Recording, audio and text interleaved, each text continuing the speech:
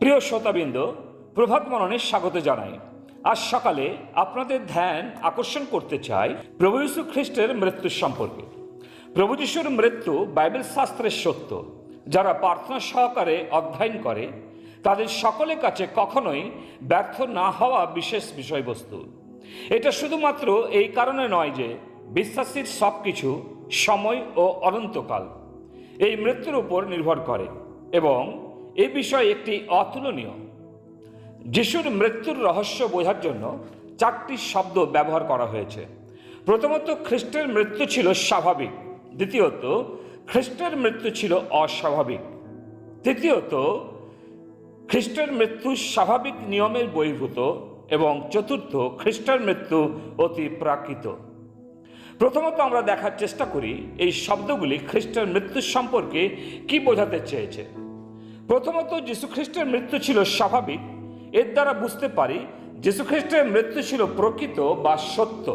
প্রেরিত 2:23 লেখা আছে, সেই ব্যক্তি ঈশ্বরের নিরূপিত মন্ত্রণা ও পূর্বজ্ঞান অনুসারে সমর্পিত হইলে তোমরা তাহাকে অধর্মীদের হস্ত দ্বারা ক্রুশে দিয়া বধ করিয়াছিলে।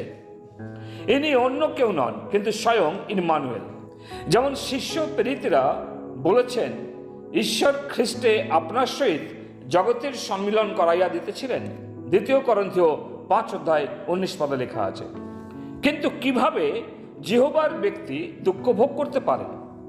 অনন্তকালীন ব্যক্তি কিভাবে মৃত্যুবরণ করতে পারেন? যিনি আদিতে বাক্য ছিলেন, বাক্য ঈশ্বরের কাছে ছিলেন এবং সেই বাক্য ঈশ্বর ছিলেন।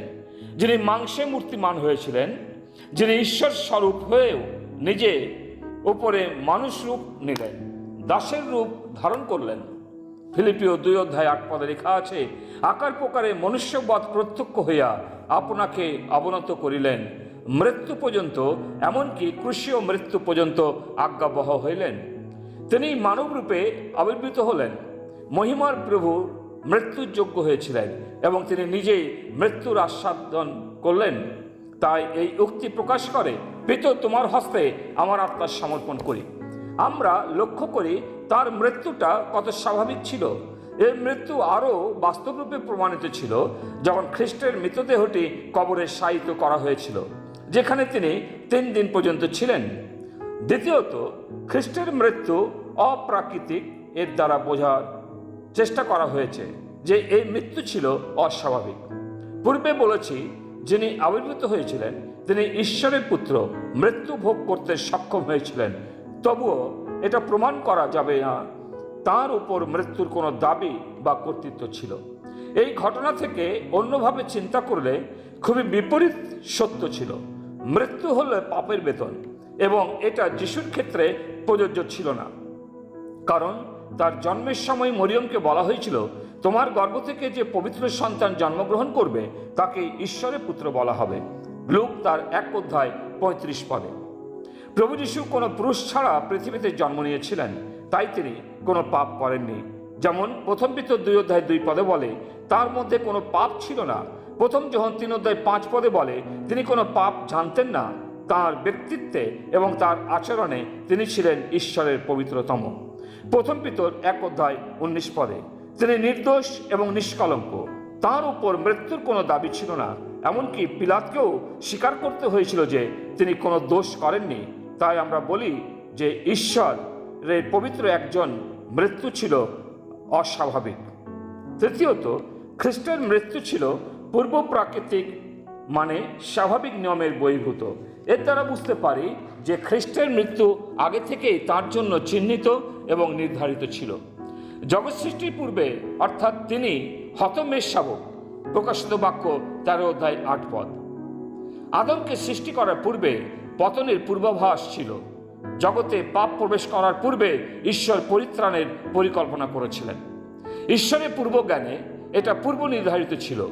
পাপী মানবের জন্য একজন পরিত্রাতার প্রয়োজন। পরিত্রাতা যিনি পাপী মানুষের জন্য দুঃখ ভোগ করে মৃত্যুবরণ করবেন, যেন আমরা বাঁচতে পারি। কারণ পাপের মূল্য পরিশোধ করার মতো আর কেউ ছিল না। পিতার একমাত্র পুত্র মুক্তিপণ হিসাবে নিজেকে উৎসর্গ করেছেন। রোমিও তার 3:25 লেখা আছে, তাহাকে ঈশ্বর তাহার রক্তে বিশ্বাস দ্বারা প্রায়শ্চিত্ত বলে রূপে প্রদর্শন করিয়াছেন, যেন তিনি আপন ধার্মিকতা দেখান, কেননা ঈশ্বরের সহিষ্ণুতায় পূর্বকালে কৃত পাপ সকলের প্রতি উপেক্ষা করা হয়েছিল। চতুর্থ, খ্রিস্টের মৃত্যু ছিল অতি প্রাকৃত। এর দ্বারা বুঝতে পারি যিশুর মৃত্যু অন্যান্য প্রতিটি মৃত্যুর থেকে আলাদা ছিল। সমস্ত বিষয়ে তিনি পবিত্রতায় সিদ্ধ ও পূর্ণ। তাঁর জন্ম অন্যান্য সমস্ত জন্ম থেকে পৃথক ছিল। তার জীবন ছিল অন্যান্য সমস্ত জীবন থেকে আলাদা এবং তার মৃত্যু ছিল অন্য সব মৃত্যুর থেকে আলাদা। খ্রিস্টের নিজের মুখের উক্তি দ্বারা স্পষ্টরূপে প্রকাশ করেছিলেন, আমার পিতা যিনি আমাকে ভালোবাসেন, কারণ আমি আপন প্রাণ সমর্পণ করি, যেন পুনরায় তাহা গ্রহণ করি। কেহ আমা হইতে তাহা হরণ করে না, বরং আমি আপনা হইতে তাহা সমর্পণ করি। তাহা সমর্পণ করিতে আমার ক্ষমতা আছে এবং তাহা পুনরায় গ্রহণ করিতেও আমার ক্ষমতা আছে। যোহনের 10:17 এবং 18 পদে লেখা আছে, যত্ন সহকারে সুসমাচারের বইগুলো অধ্যয়ন করলে তার মৃত্যুর 7টি মুখ্য কারণ নথিভুক্ত রয়েছে। আজ সকালে তাকে যখন আরাধনা করি, আসুন স্মরণ করি তার মৃত্যু, যা আপনার ও আমার পাপের মুক্তির জন্য ছিল। পিতা ঈশ্বর, তোমাকে ধন্যবাদ দিই প্রভু যিশুর জন্য, যাকে তুমি আমাদের পাপের বলিরূপে এর পৃথিবীতে দিয়েছিলে। ধন্যবাদ দিই তার মৃত্যু দ্বারা আমরা জীবন লাভ করেছি। প্রার্থনা ধন্যবাদ প্রভু যিশুর নামে চাই, আমেন।